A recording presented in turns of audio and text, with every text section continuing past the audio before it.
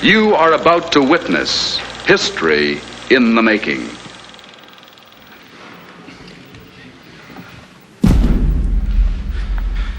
Señores claustrales, sentaos y cubríos. Ábrese la sesión. El señor secretario general leerá el acta de nombramiento de doctor honoris causa por la Universidad Complutense del excelentísimo señor don Raphael Mechoulam. Decreto rectoral 4/2006 de 27 de enero disponiendo la concesión del título de doctor honoris causa de la Universidad Complutense al excelentísimo señor don Raphael Mechoulam.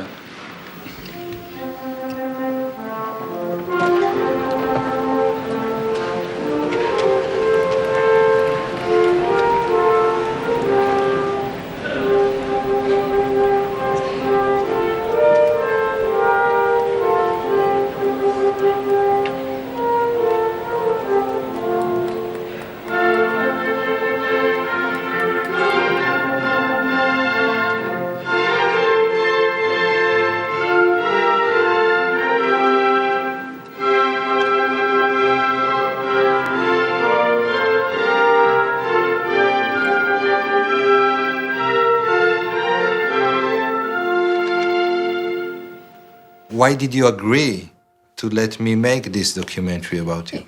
Well, unfortunately, I don't know how to say no.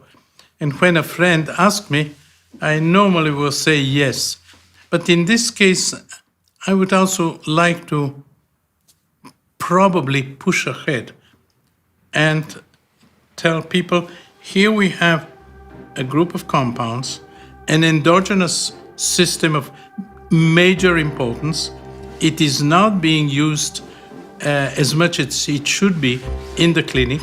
It is of great promise in the clinic. Let's try to push it forward. And maybe this film can push it forward a bit. Hopefully. Hopefully.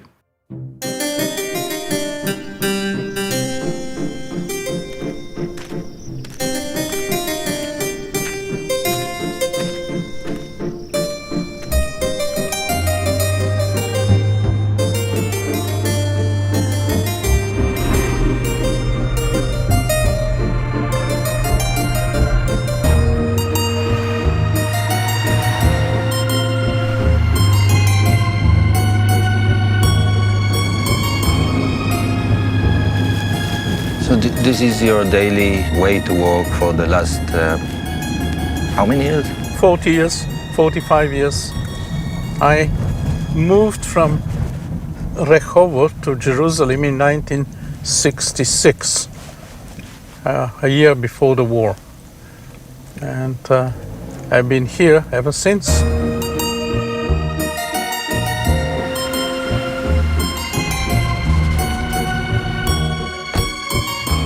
One of the topics that I decided to work on was the chemistry of the plant Cannabis sativa. Cannabis had been used for thousands of years, both as a drug as a recreational agent, but surprisingly, the active compound was never isolated in pure form. I decided, together with my colleague Yechiel Gaoni, to go and do research and find out what are the compounds present in cannabis, and particularly what is the active compound, or active compounds present there. Well, a scientist should try to find topics of importance. And I thought that this is a topic of importance. I knew that the police have a lot of cannabis, hashish, that's being smuggled from the Lebanon, and after all the legal things were completed, they usually burn it. I was at the Weizmann Institute at that time, a very young person. I went to the director of the Weizmann Institute, the administrative director, and asked him, do you know anybody in the police who can supply hashish to us for research? So he called one of his friends, can you supply cannabis to one of our researchers? And I hear from the other side somebody shouting, is he, meaning me, is he reliable? And the administrative director, who actually almost didn't know me, said, yes, of course he's reliable. Let him come over and pick some hashish. I went over, I didn't have a car, took a bus, got 5 kilos of hashish, went on the bus, and people in the bus after 15, 20 minutes just started asking, what the hell is this smell, very unusual smell? I mean, I had 5 kilos of hashish in my bag going around. But I guess you're the only person in the world that took 5 kilos of hashish from the police and got away with it. Well, probably yes. It turned out that the police were not allowed to give us cannabis. I didn't have the permit from the Ministry of Health, therefore I had broken the law and the police had broken the law and we should go to prison. Well, it doesn't work that way. I went to the Ministry of Health and some of them were colleagues of mine and the others knew what I was doing, so I said, I apologize, I'm sorry, I won't do it again. Next time when I want hashish, I'll go to the ministry. If and when I needed hashish, I went to the Ministry of Health, I filled the form, I drank some coffee with them, they gave me the permit, I went with the permit every time to the police. The police, I drank some more coffee with them, and I got my hashish and went back to the lab. We started working on those 5 kilos of hashish. We didn't have a safe. It was just in one of the cupboards in the lab. Nobody really was that interested. So we started extracting it. We started using modern methods. Now, this is important. Up till the mid-60s, even before that, in order to find the structure of a compound, one had to do a lot of reactions. Then, and we were one of the first to do that in Israel, we found that by using the proper instruments, one could find the structure of compounds without doing a lot of chemistry. We put the compound on a column. It is absorbed here, if there are 2 or 3 compounds. This is the way we separated originally the compounds from cannabis. But that was many, many, many years ago. We separated about 10 or 12 compounds, and these compounds included the only one active compound. Active, we tested at that time in monkeys. I had a colleague who worked in a nearby institute, and he had a colony of monkeys, and he and his group indeed tested these compounds in monkeys, and surprisingly found that only one compound did anything in these monkeys. It sedated them. They didn't sleep, but they were sedated. On the basis of this particular observation, we decided there is just one active compound, and surprisingly, this is true to this very day. There is only one major active compound, which is named now delta-9 tetrahydrocannabinol THC, and this compound causes essentially all the hashish type, cannabis type effects that we know so well.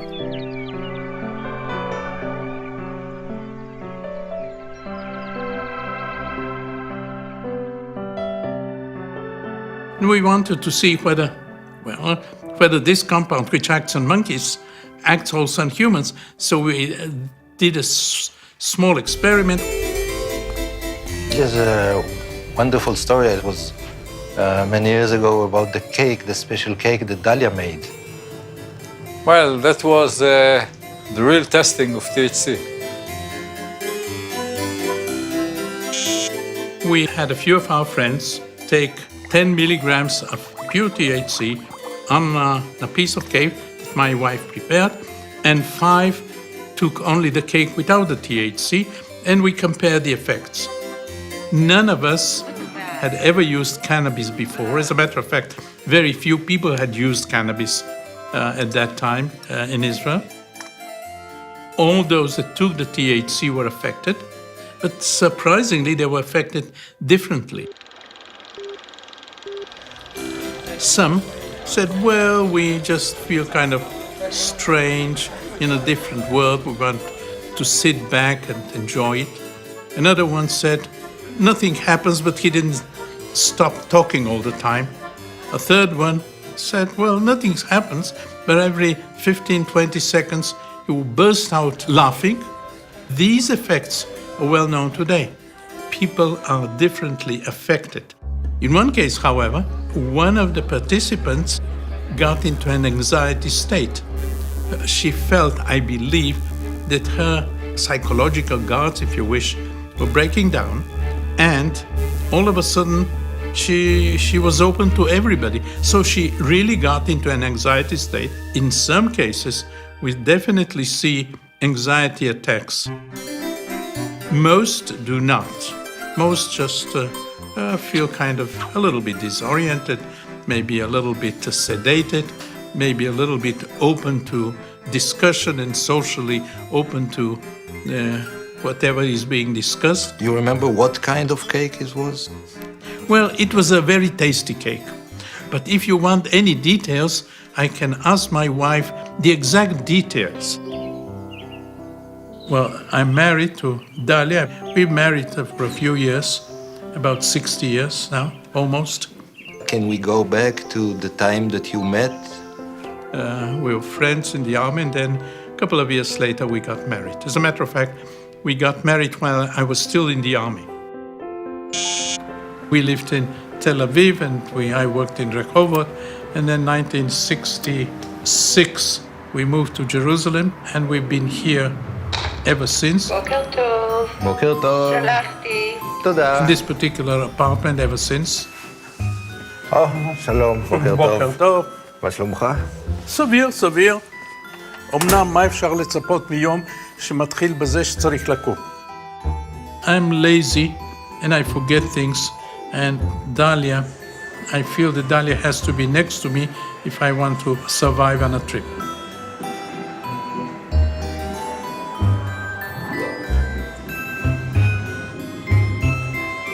But you love going to these meetings? Well, meetings are useful in many ways. People learn what other people are doing and going to do. What they have done is published, so I don't have to go to meetings to learn what other people have done in the past. Manuel, Nice to see you. Most meetings are just getting people from different aspects of a topic. They talk to each other and maybe something new comes out. If you really look at the history and what's been going on ever since he discovered THC, he's not just discovered THC and then just, relied on that and didn't do much, but he continued to have such a vision for the next step and the next step and the next step. 9, 8. Is that a test for whether I'm intoxicated or not? Yes. My name is Mahmoud A. El Soli. I am a research professor at the University of Mississippi. Cannabis is what I'm known for. Cannabis is a very old plant, a very old medicine, if you will, that people have used it for so many indications over the years. In the literature, marijuana has been used for all different types of things. One would say, well, this is crazy. There's no such plant that can, do all of this. And today, it's very easy to really go back to this old literature about the different indications for which marijuana was prescribed and find out that there is justification for that. Cannabis was used in the Middle East for thousands of years. As medicine. Who knows, maybe for other things as well. Many of the tribes at the time used cannabis. Assyrians used it for medicine, used it for excitation, as used it in religion. The Egyptians used it as medicine. Surprisingly, the Greeks and the Romans didn't know about psychoactivity, but they used cannabis as an anti-inflammatory drug. Cannabis in India was used by people who want to be delivered from all worries and care. Well, that's quite a good definition of anti-anxiety. We knew that cannabis had been used for epilepsy. In the past? In the past, there is, for example, a translation of Arab story of the 15th century, and it says that one of the Arab leaders had epilepsy. Physician came over and gave him cannabis, and it cured him, but he had to take it for his entire life. So the field kind of told us, try it on epilepsy. We first tried it in animals and it worked. So at this point, we decided to go into humans. Trial took place In Sao Paulo, they had about 10 people that had epilepsy that could not be affected by the known drugs. We started giving them high doses of cannabidiol, 200 milligrams per day. And you were producing the cannabidiol from hashish? For almost 40 years, we didn't produce it, we isolated it, we separated it from hashish. Hashish contains about 4%, 5% cannabidiol, so it is really quite difficult to isolate, to obtain large amounts, but we did that. We were happy to note that indeed they had no seizures while they were taking cannabidiol. And it was published, and nothing happened afterwards. So far, 34 years later, this is the only publication of cannabidiol in humans against epilepsy.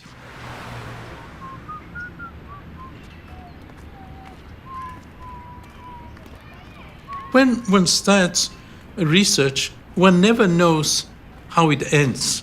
You know how you start.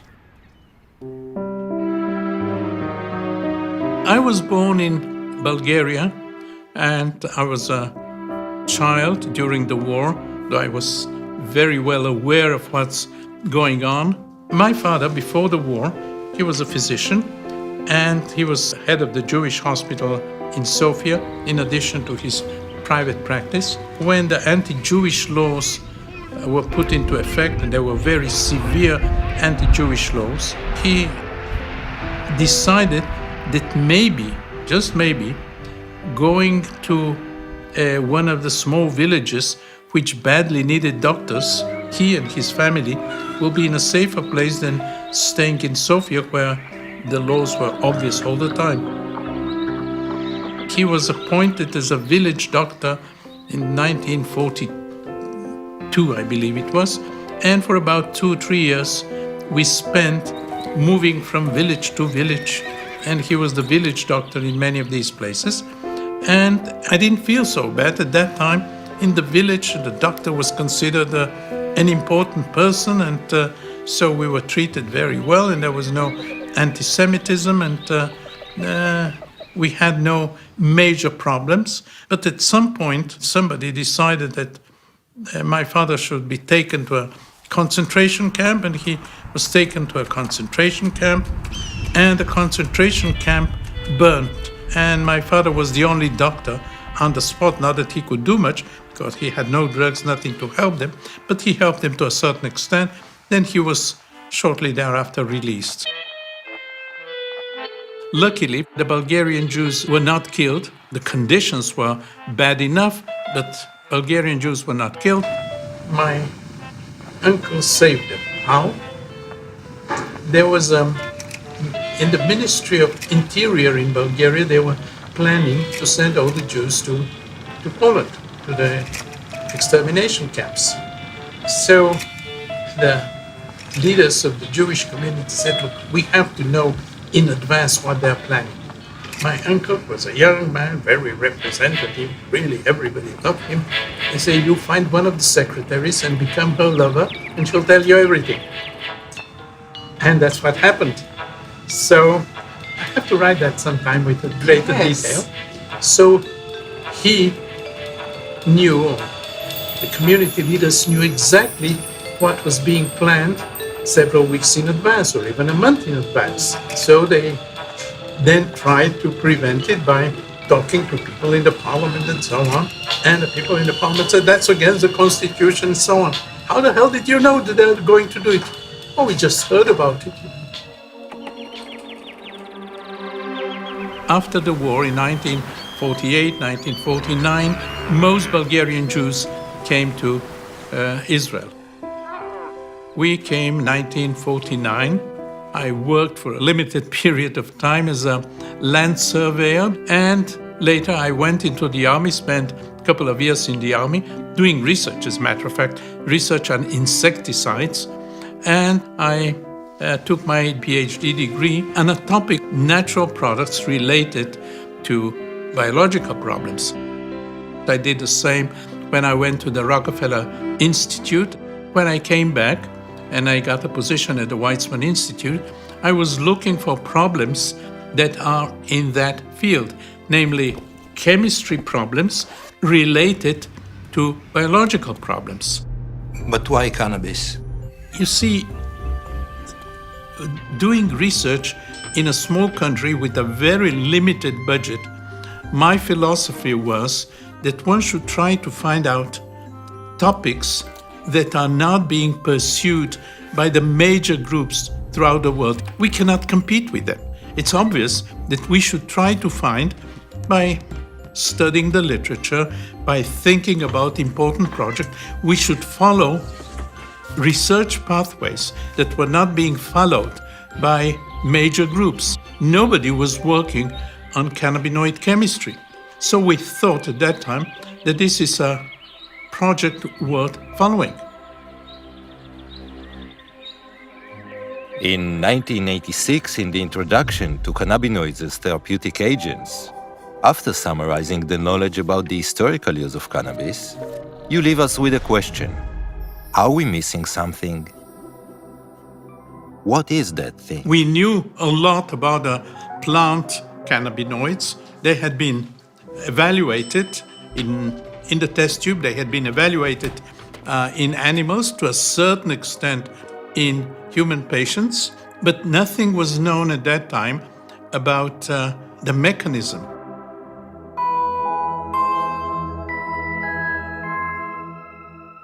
A group in the US, Professor Aline Howlett, she was a young researcher at that time in St. Louis. I really didn't know very much at all about marijuana or cannabinoids. That wasn't my area of expertise. In the United States, we need DEA approval to get cannabinoid drugs for research. So I got through the approval. I got some delta-9 THC and did these studies and found some very interesting things. Dr. Howlett found in the brain a specific receptor for THC. It was named the CB1 receptor, cannabinoid receptor number 1. Now that was a major discovery in the mid-80s. So here we had, for the first time, an indication that THC acts on a receptor. So that was the first momentous discovery. And then once it was discovered that there are receptors, then the next obvious question is, why are there receptors in the human brain for a smoke substance? How did God know that his creations will smoke marijuana? Receptors are made for compounds that we produce, not because there is a plant out there. And the answer obviously was that it's not for marijuana. There are some compounds in the body itself which mimic marijuana. So we went ahead looking for endogenous compounds.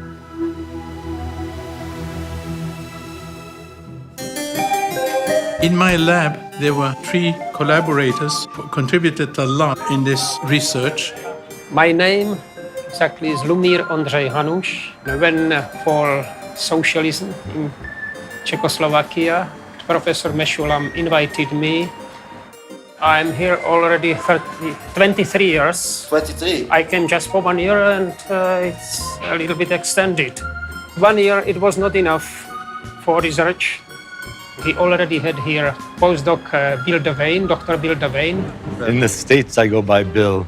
In Ireland, I go by Will. Okay, run over. He used to come late in the afternoon and then work throughout the night. And Aviva Breuer, she worked with me in the lab for about 30 years. She still works with me in the lab. She used to come early in the morning. So sometimes they would meet here. If it was 5 o'clock in the morning, she would come in and he was just about to leave. In 3.5 years, we never had a lab meeting.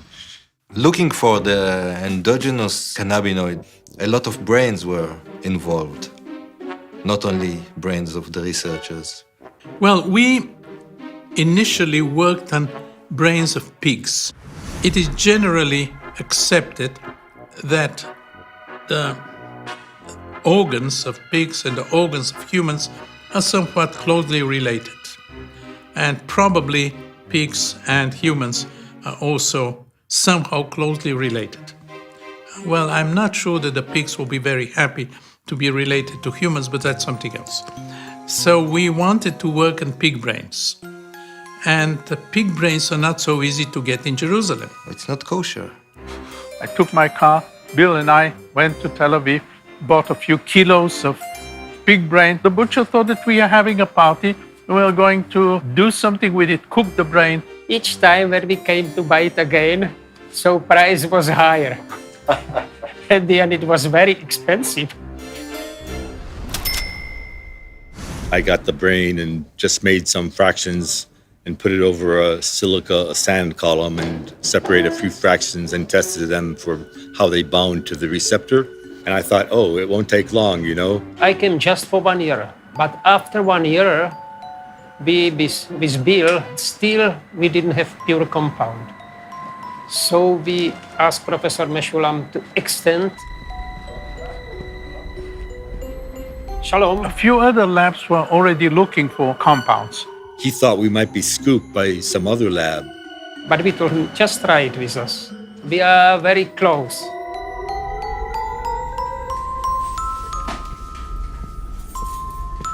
And after about 2 years, we found in extremely low amounts. It was only like a few droplets in the end of a little test tube. A compound in the brain which acts on these receptors.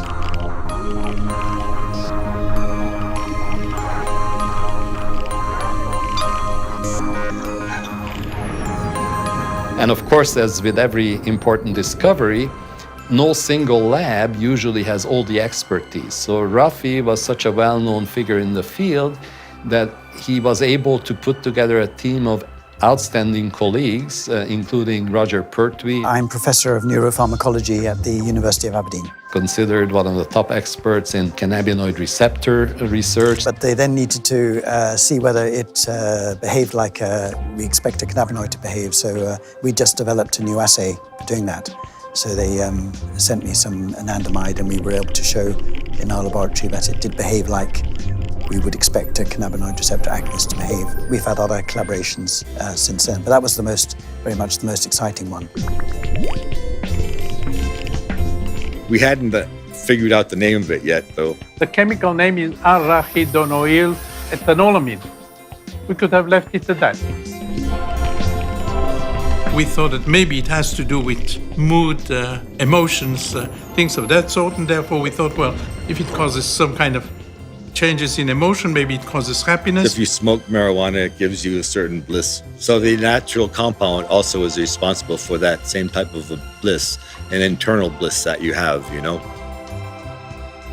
We looked for a good name, and although some people do not agree with me, but in Hebrew there are not too many names for happiness. For sorrow you can find a lot of names, but for happiness, not for extreme happiness. We've looked into Assyrian things, but the Assyrian things are more complicated. They call cannabis with apparently a lot of THC, they call it ganzigunu. Well, call the compound ganzigunu was too complicated.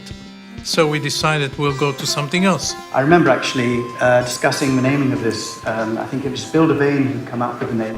Is that right? Right. Raphael Mechoulam and Roger Pertwee and myself were all sitting outside in the sun, overlooking a nice little river. And 2 years before, I said to Rafi, if I isolate this chemical, I get to name it, don't I? Bill was interested in these Sanskrit stories, and he found that Ananda is bliss, delight. People who know me know that I study Eastern philosophy, and I know lots of Sanskrit words, you know. Ananda means in Sanskrit supreme joy. Professor Mechoulam said, you know, it can be a good, it will be a part just on chemical nature of this compound, and because it's ethanol amide. So we did Ananda and amide, so it's anandamide.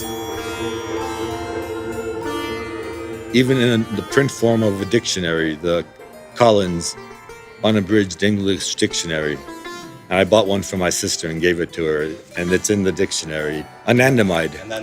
Yeah.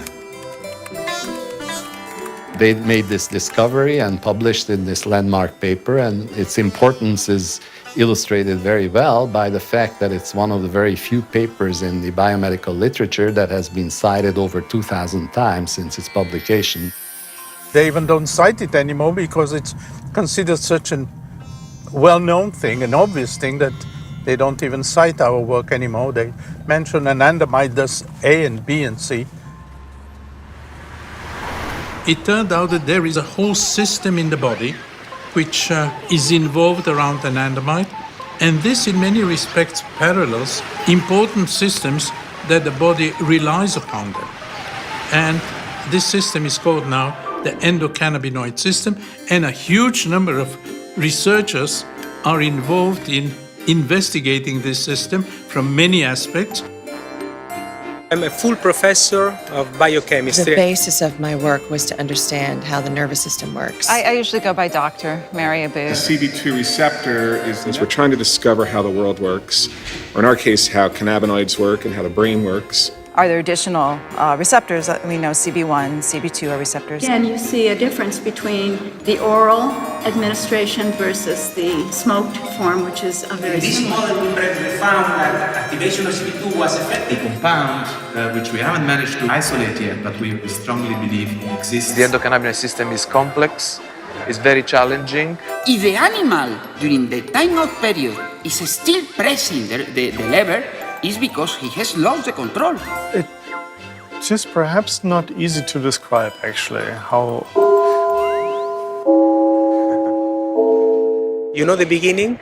It says, nel mezzo del cammin di nostra vita mi ritrovai per una selva oscura, che la dritta via era smarrita.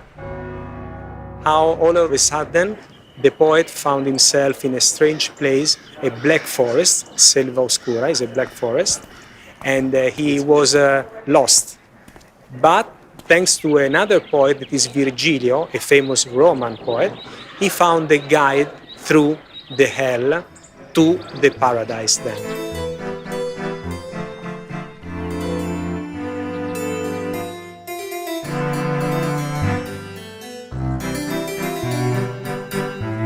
לפני הרבה שנים עשיתי דווקא דברים טובים, הייתי מצלם מקרוב מאוד דברים, והם נראו מאוד מעניינים ויפים, אבל זה מה שאי אפשר לעשות הכל. אז זה מה שנשאר. Well, many years ago I had the time to play around with photography, but that was many years ago. Unfortunately, I don't have time for hobbies. אנחנו צריכים להתחיל לזוז. As scientists, indeed as intellectuals, we should try always to be skeptical.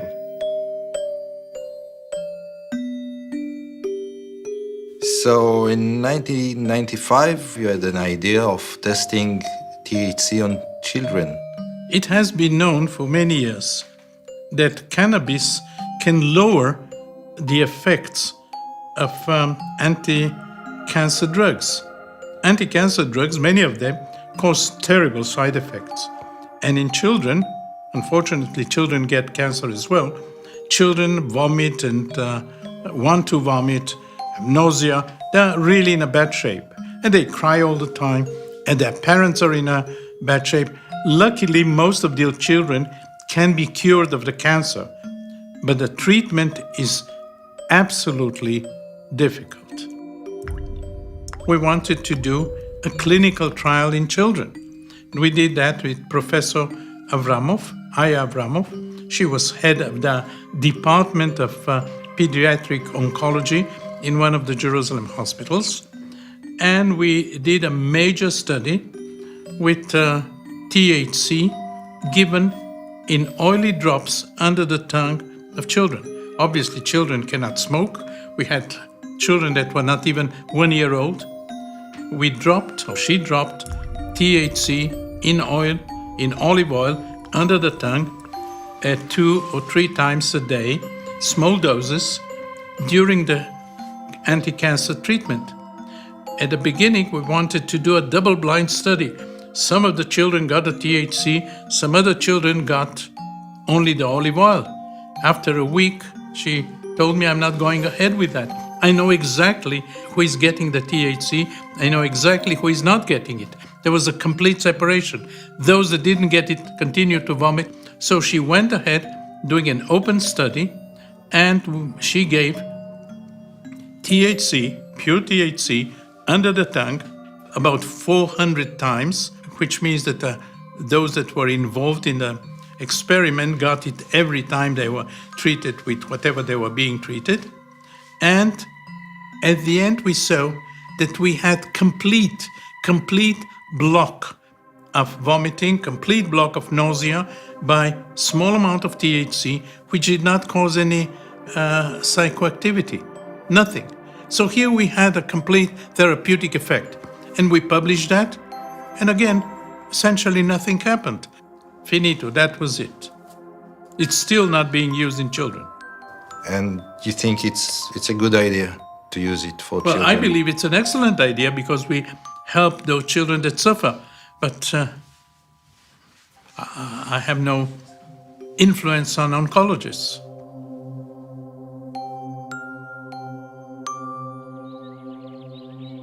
If there is a cancer patient who's got pain and that pain is not being controlled well by other kinds of drugs, they're on cancer chemotherapy, they're vomiting, I think it's unethical to withhold a drug from them that can be very useful to help them in their pain management and in their ability to cope with their disease.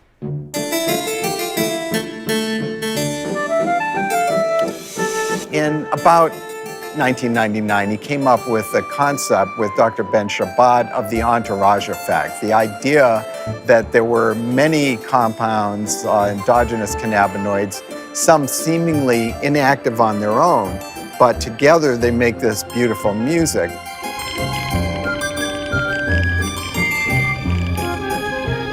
They create an entourage effect that greatly increases activity.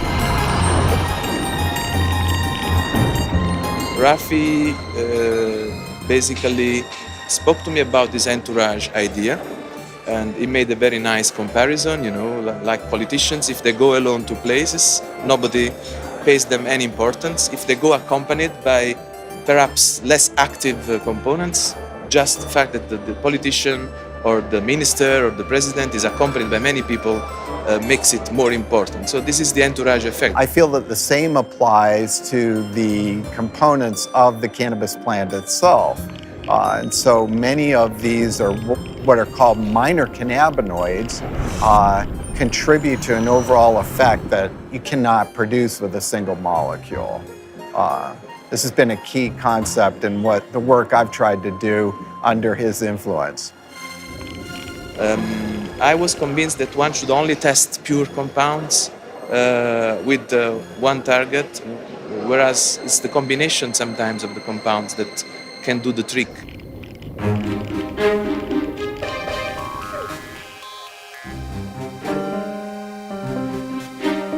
A very serious group of researchers has recently published a paper saying that the endocannabinoid system is involved in essentially all human diseases. If you combine CB1 receptors and CB2 receptors, they cover most of the organism, at least in mammals. We are mammals. We are mammals. Okay. But when you talk of mammals, you talk of horses and dogs and mice and rats and rabbits and lions and... We all share the endocannabinoid system. I believe so. I believe so. And it has been demonstrated in many species. Because now suddenly everyone has cannabis in their bodies, or everyone has a cannabinoid in their bodies, so it can't be bad. These molecules that we all have are so critical from the birth to the death of each of us in health and disease. He suggested that endocannabinoids in the milk of mothers actually may contribute to the hedonic effects of the milk. And it turned out to be almost true, actually. So he has a great vision. And then I know that he suggested to Itai Bab that he should look at the bone. Why would anybody in the world, actually, without preconception, look at bone development? רגע. כמובן, דש לדליה. We're going to my lab. We can go through the bigger entrance. Or through the small entrance here.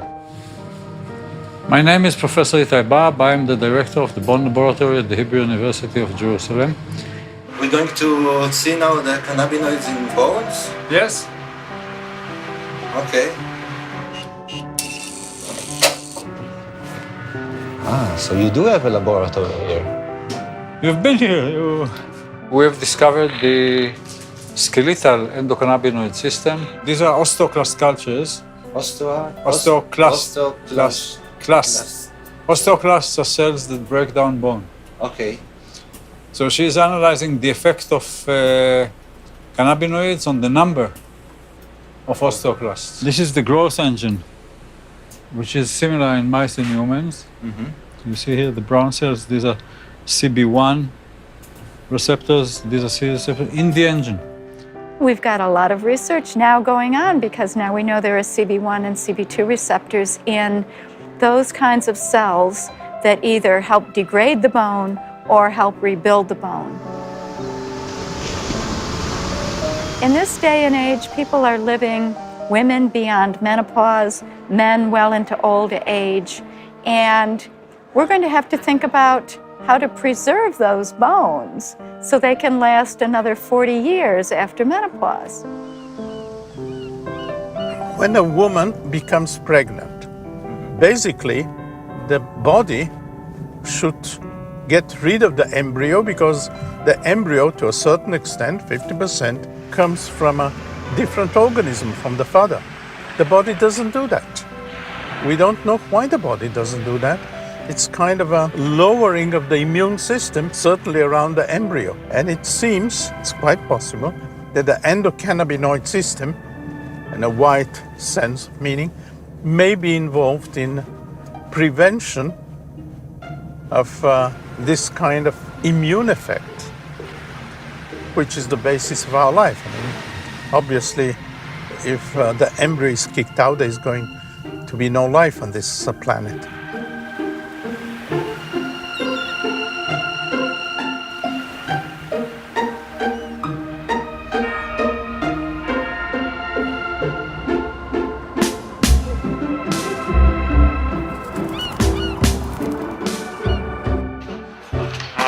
Checking in then, sir. Yes. I need you to fill in all this here, okay? According to your whimsy.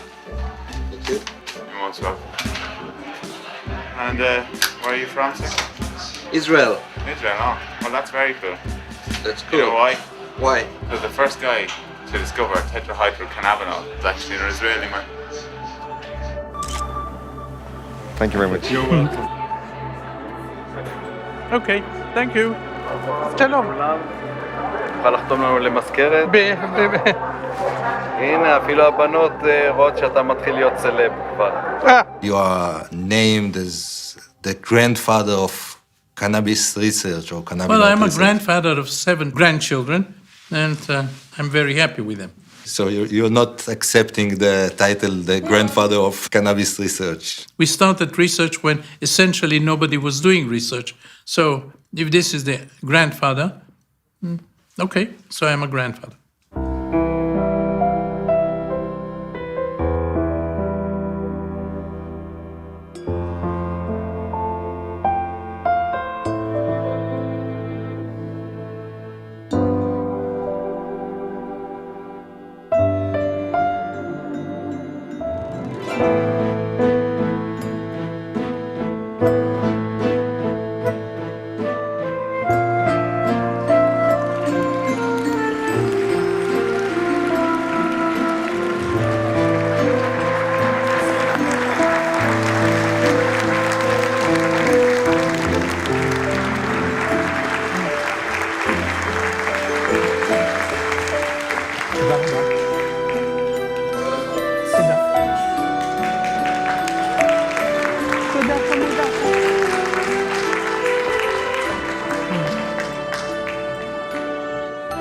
el claustro de la Universidad Complutense, a propuesta de la Facultad de Medicina y en testimonio del reconocimiento de vuestros relevantes méritos científicos, habéis sido nombrado doctor honoris causa. En virtud de la autoridad que me está conferida, os entrego dicho título. Works on the ego. Obviously, people are happy to get an award, that people recognize their work. Definitely, I mean, it would be silly to say that I don't care. Yes, definitely I care, like anybody else. Os impongo como símbolo el birrete laureado, antiquísimo y venerado distintivo del magisterio, llevadlo sobre vuestra cabeza como la corona de vuestros estudios y merecimientos. I've received quite a few awards in different places in the world. Recibid el libro de la ciencia, que os cumple enseñar, difundir y adelantar, y que sea para vos significación y aviso de que por grande que sea vuestro ingenio fuere, debéis rendir acatamiento y veneración a la doctrina de vuestros maestros y predecesores. In Israel, I got the Israel Prize, the Rothschild Prize, other prizes, got important prizes in Germany, in the US, had awards in the Czech state. Recibid el anillo que la antigüedad entregaba en esta venerada ceremonia, como emblema del privilegio de firmar y de sellar los dictámenes, consultas y censuras de vuestra ciencia y profesión, así como los guantes blancos, símbolo de la pureza que deben conservar vuestras manos, uno y otros signos también de la distinción de vuestra categoría. I've had honorary doctorates, one in Spain, one in the US, one in Israel. Porque os habéis incorporado a esta universidad, recibid ahora, en nombre de su claustro, el abrazo de fraternidad de los que se honran y congratulan de ser vuestros hermanos y compañeros.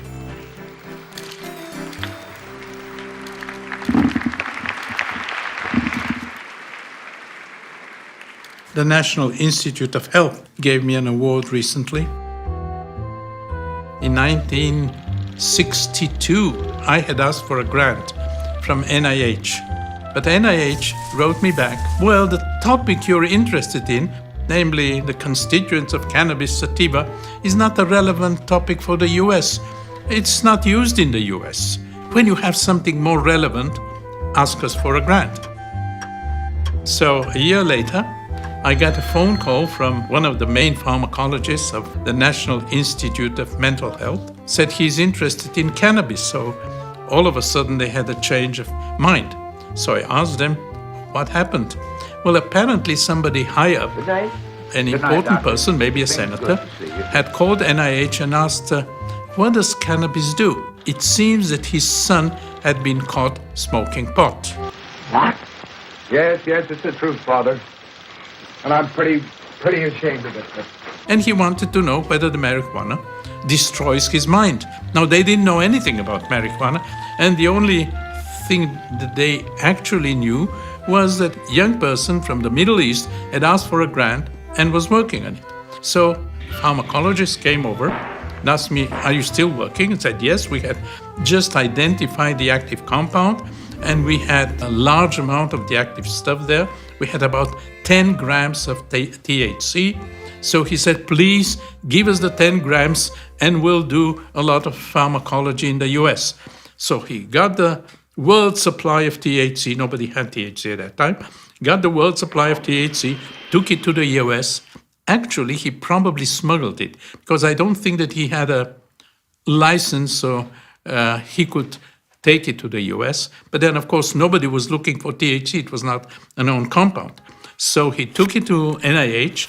And for the next couple of years, most of the research in the US on THC was done with material supplied by us, those grams that they took. And for many years, nearly 45 years, I was supported financially by the National Institute of Health.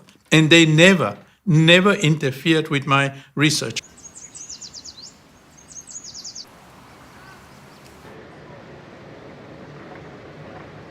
The cannabinoid field was starting to really come online, and there was this big connection with endogenous cannabinoids and exogenous cannabinoids and pain. My PhD was in female reproductive pain. It's just really fun to be at this point of going, wow, we're actually, understanding some of the mechanism of why women basically have taken cannabis for thousands of years for reproductive pain. I would consider myself still as a mouse geneticist and neurobiologist. So our approach is to make mutant animals. So almost every talk that you hear contains some data that were generated with the mice that we generated, that we made. You get seniority if death you can't avoid. The lab was up to me. I chose cannabinoids. Heard it's a fun house where a little lab mouse can partake. For several years, I was researching motor neuron disease, amyotrophic lateral sclerosis, and was able to show that THC was actually protective in a mouse model of ALS. The mice that were given THC lived a little longer and did a little better than the ones that did not get treated with THC. So that was really exciting work. Pass that new compound over to me, doc. Then I'll swim around. You can punch the clock. Work on mice has been done in so many areas that I normally joke, saying that if I were a mouse, I can be treated for just about every disease around. Well, it is partly true. I ain't cynical, life's a clinical trial for mouse or man. Anandamide and 2-AG, although they were discovered almost 20 years ago, 15, 20 years ago, they have never been administered to a human. So we speak about mice. Well, mice are nice animals, but they are definitely not humans. Let me nibble your cannabis-jibber-roll. Just let me nibble your cannabis-jibber-roll. Obviously, mice can be treated with cannabinoids for cancer. Mice can be treated for all kinds of other diseases, which in humans, the answer is no, it has not been tested. Can cannabis cure cancer? Well, first of all, we know that THC lowers the effects of cancer treatment. But what you're asking is it an anti-cancer drug? And the answer is, I don't know.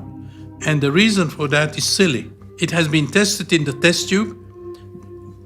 THC has been tested, cannabidiol, crude cannabis has been tested in the test tube. And yes, in many cases, it blocks the development of cancer cells, yes. Professor Guzman is a major researcher in Spain. He has worked on the mechanisms through which cannabinoids act on cancer. In our hands, classical cannabinoids are the ones that work best, by large, in inducing cell death in cancer cells. THC comes from cannabis or comes from synthetic? THC coming from cannabis. Yeah. Oh, okay. So it's THC, the real THC. Now we know that cannabinoids can exert anti-tumor actions in animals, not only in brain tumors, but in many different types of tumors.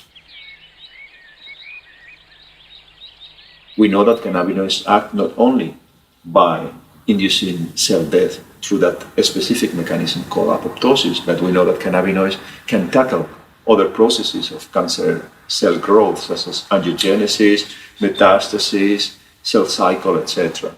He even did a small clinical trial. We did a trial with 9 volunteers that had a very malignant form of brain cancer, glioblastoma multiforme, and we observed some positive effects of cannabinoids in survival of the patients and also on tumor growth, both on imaging techniques, magnetic resonance imaging, and also based on the measurement of some biomarkers of tumor progression. Though we have done quite a lot in the field of cannabinoids and endocannabinoids, we have not done enough in clinical trials. This is something that has to be done. If this is not done, we will certainly miss a lot and we will not be helping human patients. It should be done. I have one dream that comes on and off in very different ways. I'm in a city that I don't know, and I don't know how to go back to the hotel I'm staying, and I don't remember the name of the hotel, and I get into an anxiety and I wake up. And this has happened many, many times. So I think it has to do with whatever happened in the Second World War, when my parents told me, remember these names and these addresses, because if we disappear, you should go there. Which is,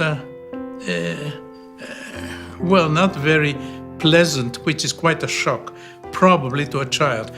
And of course, we were very afraid that we'll be separated, my parents and I. I was afraid. I now remember more than I did over the many, many years that have passed since then. All the people, they start remembering things that happened in their childhood.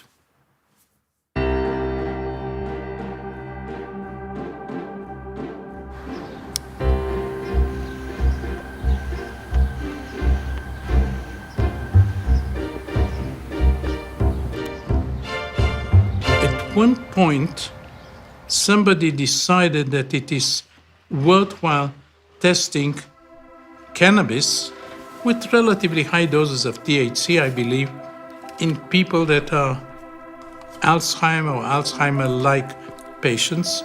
They got it in their food, in the yogurt or whatever.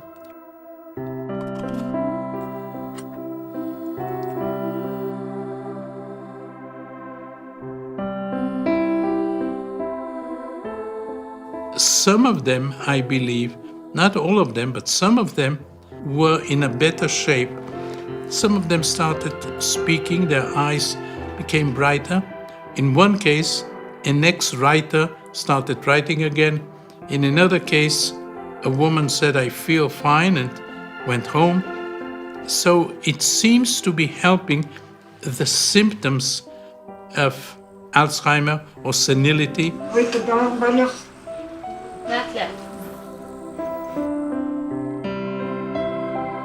Alzheimer at the moment is a huge, huge problem, and there is very little that can be done for Alzheimer patients. So maybe if it is well researched in the future, we should know how to help these patients. We're dealing here with a population of millions, and this population will grow because in most countries, Western countries at least, the number of older people is growing all the time. We are lucky that cannabis is not toxic. People do not die from overdose of cannabis.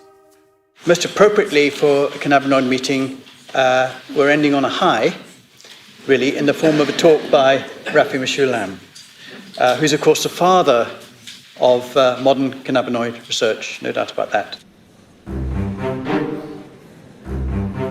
And I would like to end with something that's really crazy speculation.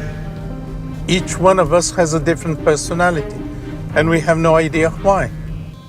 Why do we have different personalities? Well, part of it is the effect of the environment, okay. But part of it is genetic, and we don't know why we have different personalities. One way of explaining it is there are several hundred compounds, endocannabinoid-like compounds. They are like anandamide in their chemical structure that are present in the brain, and it is quite possible that each one of us has a different, slightly different level of these compounds. This is genetic. This is based on the different DNA of everybody, but DNA doesn't affect the personality. It is the compounds that are formed from DNA through RNA to proteins and peptides and secondary compounds. So it is quite possible that differences in the endocannabinoid system and the cannabinoid-like system can have something to do with the different personalities. Well, that's a very complicated story, but it may work. I went to a mathematician and told him, look, I believe that there are 8 billion people on this planet, and I believe that there are 8 billion different personalities. Is it possible that the 200 compounds that we have may be involved? He said, of course. There are so many possibilities that the ratios of 10 of these to 10 of others and so on will cause that. This is a crazy speculation, but at some point we'll have to find the biochemical basis of why we are different.